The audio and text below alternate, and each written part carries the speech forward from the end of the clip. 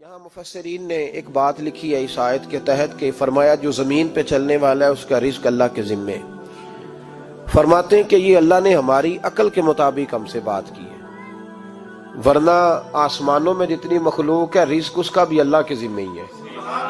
یہاں جو فی الارض کے لفظ ہے زمین پہ، وہ ہمیں سمجھانے کے لیے کہ تم نے تو صرف یہ دنیا دیکھی ہے نا، تو جس کو تم نے دیکھا ہے وہ سب کھاتے اللہ کا دیا ہوا ہی ہے. تو جو ہم نے دیکھا تھا رب کریم نے اس کے مطابق ہمیں سمجھا دیا. فرمایا کچھ تو تم نے دیکھے نہیں، چلو ان کی تم سے بات نہیں کرتے، پر جو تم نے دیکھے ہیں ان سب کا رزق کس کے ذمے ہے؟ اللہ کے. میرے محبوب کریم علیہ الصلوۃ والسلام نے فرمایا اللہ پہ بھروسہ رکھ کے سویرے نکل جانا رزق کی تلاش میں. کس پہ بھروسہ رکھنا ہے؟ نکلنا تمہارے ذمے ہے. یہ نہ کہنا کہ گھر بیٹھوں گا تو یہیں آئے گا. نکلنا تمہاری ذمہ داری ہے، جتنی ذمہ داری ہے وہ پوری کرنا. اللہ پہ بھروسہ کر کے نکل جانا تمہاری ذمہ داری ہے. رب کا ذمہ ہے تمہیں رزق دینا، وہ ضرور تمہیں رزق پہنچائے گا. یا رسول اللہ صلی اللہ علیہ وسلم کس طرح پہنچے گا؟ تو ذرا حضور کے لفظوں کا حسن بھی دیکھیے.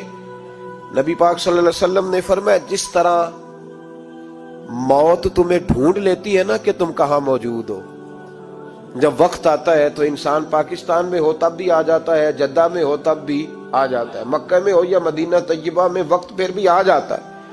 فرمایا جس طرح موت تم جہاں بھی ہو تم تک پہنچ جاتی ہے نا، اس طرح تمہارا رزق بھی تم جہاں موجود ہوتے ہو اللہ وہاں پہنچا دیتا ہے. تو یا رسول اللہ صلی اللہ علیہ وسلم کس انداز میں؟ تو فرمایا نکل جانا تمہاری ذمہ داری ہے. فرمایا سویرے پرندے بھی نکل جاتے ہیں اور شام کو جب لوٹتے ہیں تو اللہ انہیں پیٹ بھر کے روزی عطا فرماتا ہے. حالانکہ ان کو نہیں پتا ہوتا ہمارا کارخانہ کہاں ہے، ہم نے کہاں جا کے مزدوری کرنی ہے. ان کو نہیں پتا ہوتا کہ ہمارا دفتر کہاں ہے، ہم نے کس آفس میں بیٹھنا ہے. ان کو نہیں پتا ہوتا کہ ہم نے کہاں جا کے مال خریدنا ہے اور کہاں سے ہم نے پھر اس کو دوبارہ بیچنا ہے.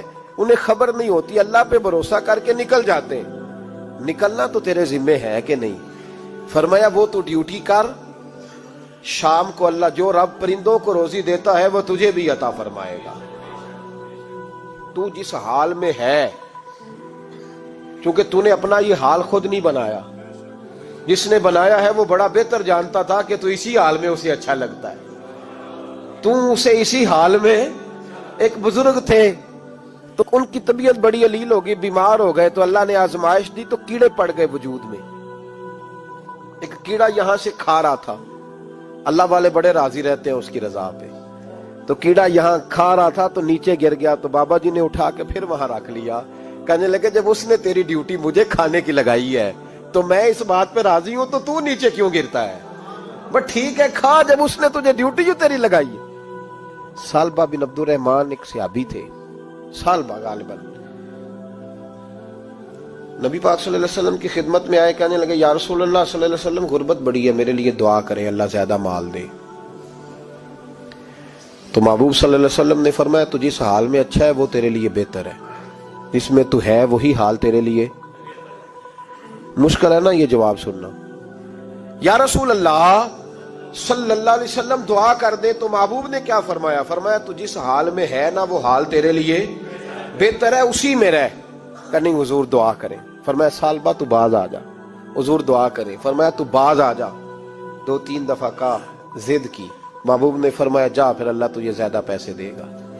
چند بکریاں خریدی، اتنی برکت ہوئی کہ بکریوں کے ریوڑ بن گئے. پھر کچھ بکریاں بیچ کے گائے خرید لی، ان کے بھی ریوڑ ہو گئے. پھر کچھ اونٹنیاں لے لی، ریوڑ ہی ریوڑ. پہلے 5 وقت مسجد میں آتے تھے، اب فجر اور عشاء رہ گئی. پھر مال زیادہ ہوا تو مدینے شہر میں کوئی جگہ ہی نہیں، مدینے سے باہر حویلی خریدی، پھر جمعہ ہی رہ گیا. جمعے کے جمعے آتے. زکوٰۃ کا حکم آیا. میرے نبی کریم علیہ السلام نے حضرت ابو ہریرہ کو بھیجا. فرمایا جا اسے کہہ تیری زکوٰۃ بنتی ہے 2.5%. تو سالبہ کے پاس حضور نے پیغام بھیجا. پہلے تو کہا تیرے لیے بہتر نہیں مال. جب اصرار کیا تو اب بڑی برکت ہو گئی، بڑا آیا تو فرمایا زکوٰۃ دے. 2.5% زکوٰۃ ہے. اب جب سوچا کہ 5 اونٹوں پہ ایک بکری جائے گی اور بڑا سارا مجھے دینا پڑے گا، اب جب غور کیا تو یہ تو نہ کہا کہ میں نہیں دیتا، حضرت ابو ہریرہ سے کہنے لگے نبی کریم علیہ السلام کی خدمت میں عرض کرنا کہ میں خود آؤں گا۔ حضرت ابو ہریرہ نے آ کے عرض کی یا رسول اللہ صلی اللہ تعالی علیہ وسلم، حضور وہ کہتے تھے میں خود آؤں گا، تو کہتے ہیں محبوب نے ٹھنڈی سانس لی، فرمایا اسے کہا تھا کہ تیرے لیے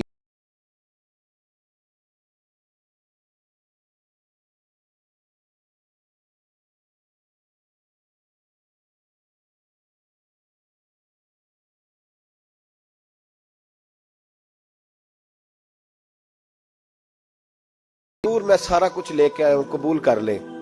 محبوب نے فرمایا گویا بلال حبشی کی خشک کھجور بھی قبول ہے، اور صہیب رومی ایک اٹی بان کی لائے تو وہ بھی قبول ہے، اور عمار بن یاسر اور مصعب بن عمیر اگر 2 دینار دے جائیں اور کوئی پرانا جوڑا کسی سپاہی کے لیے چھوڑ جائے تو وہ بھی قبول ہے، لیکن تو اپنا لاکھوں لے کے چلا جا، تیرا کوئی نہیں قبول، معاف کر دیں۔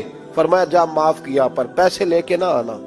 اگلے سال پھر آئے، بندے ہوئے ہاتھ ہے، محبوبہ میں دولت کا کیا کروں گا، آگ لگانی ہے، قبول کر لیں۔ فرمایا تو لے جا، تیرا نہیں قبول، گرا جو ان کی نگاہ سے وہ سنبھل نہیں سکتا۔ حضور نے وصال ظاہری کیا تو جناب صدیق اکبر کے پاس آئے، لاکھوں کا مال، ابو بکر قبول کر لو، تو جناب صدیق اکبر کہنے لگے اس کا کر لوں جس کا نبی نے نہیں کیا، چل جا، کوئی نہیں چاہیے۔ حضرت عمر کے زمانے میں قحط پڑ گیا، بارشیں نہیں ہوتی، غلہ نہیں ملتا، حالات خراب ہے، مالی طور پہ بحران آ گیا، غربتیں، مجبوریاں، تکلیفیں، آ کے روئے عمر میرا قبول کر لو، مجھے معافی تو مل گئی تھی نا۔ فرمایا معافی اپنی جگہ پہ، پر جس کا مصطفیٰ نے قبول نہیں کیا۔ بہت سارے لوگوں کو پتہ ہی نہیں کہ ان کا قبول ہی نہیں ہوا، اور وہ الجھے ہوئے، انہیں خبر ہی نہیں کہ اصل بات کیا ہے۔ فرمایا جس کا مصطفیٰ کریم نے قبول نہیں کیا، اب ہیرے اور جواہرات بھی لے کے آئے تو بھوکے مریں گے، پر اس کا قبول، اس بات پہ راضی رہو اس حال میں اللہ نے رکھا ہوا ہے، اس حال میں راضی رہو۔ یہ جو مصیبت ہے نا دیکھنی کہ وہ بھی میرے پاس، تمہیں کیا پتا، کبھی پوچھ تو صحیح اس سے وہ کس مصیبت کا شکار ہے، جو مالی طور پہ بڑا امیر ہے، تو اس کی طرف دیکھ کے اپنا دل برا کرتا ہے۔ بس جس حال میں رب نے رکھا ہے اس حال میں رہ۔ حضرت عثمان غنی کے زمانے میں تو وہ وصال کر گئے، لیکن بھائی تو جس حال میں تیرا رب تجھے رکھتا ہے اس حال میں رہ، تیری مالی پریشانیاں ختم ہو جائیں گی۔ امام شافعی فرماتے ہیں جن گھروں میں لوگ فجر کی نماز کے وقت سوئے ہوتے ہیں ان گھروں میں رزق نہیں آتا۔ آپ فرماتے ہیں فجر کا وقت اللہ کے دینے کا وقت ہے، اس وقت اللہ بانٹتا ہے۔ حضور صلی اللہ علیہ وسلم کا فرمان ہے نا حدیث میں کہ تہجد کے وقت اللہ پہلے آسمان پہ نزول جلال فرماتا ہے جو اس کی شان کے لائق ہے تہجد کے وقت، اور وہ کہتا ہے مانگو میں تمہیں عطا کروں گا۔ لینے کی باری آئے تو بندہ سمیٹ سماٹ کے اندر گھس جائے۔ ہمارے ہاں یہ ہوتا ہے کہ عشاء کے بعد بچے بیٹھتے ہیں موبائل لے کے، تہجد کا وقت آتا ہے تو ان کی آنکھیں بند ہونی شروع ہوتی ہیں، تو لینے کے وقت تو سویا تھا، تیرا مسئلہ کیسے حل ہوگا؟ بھائی جب کوئی آدمی خیرات بانٹ رہا ہو تو جو پیالہ پیچھے کر لے اسے ملے گا؟ کہتے اس وقت آنا جب میں بانٹ رہا تھا، اب تو کدھر آ گیا ہے؟ مثال دے رہا ہوں۔ تو فجر کا وقت مانگنے کا ہے، تو ساری رات تو گزر گئی گیمیں کھیلتے، ٹی وی دیکھتے، اور جو لینے کا وقت تھا تو سو گیا، تو کیسے آئے گا تیرے پاس؟ تو اٹھے سویرے، بندوں سے مانگ کے دیکھ لیا، بڑی عزتیں خراب ہوئی، فجر کا وقت اٹھ کے جھولی پھیلائے۔ میرے رسول پاک علیہ السلام فرماتے ہیں، رب فرماتے ہیں جب بندے میرے آگے جھولی پھیلاتے ہیں مجھے شرم آتی ہے، کیسے خالی واپس کر دوں؟ تو اس کے سامنے جھولی پھیلائیں سویرے اٹھ کے، رزق میں برکت ہوگی۔ اور پھر ایک اور بات، 5ویں بات، رزق میں تنگی اس وقت ہوتی ہے جب ہم مال غلط جگہ پہ خرچ کرتے ہیں۔ اللہ مال دیتا ہے اپنے فضل سے، اور جب ہم اسے ضائع کریں، مثال دیتا ہوں، میرے پاس ایک شخص نے آ کے کہا حضرت جی بچی کی شادی ہے، یا میرا گھر میں کوئی بیمار ہے، یا بڑی آزمائش ہے، 10,000 کی ضرورت ہے، میں نے تھما دیا اس کو، پھر مجھے بعد میں پتا چلا کہ وہ تو عیاشی کر رہا ہے پیسوں سے، وہ تو چلا گیا کہیں گھومنے اور فلاں ہوٹل میں، مہنگے ہوٹل میں بیٹھ کے کھانا کھا لیا، تو میرے دل پہ کیا گزرے گی اس شخص کے بارے میں؟ بلا مثال و بلا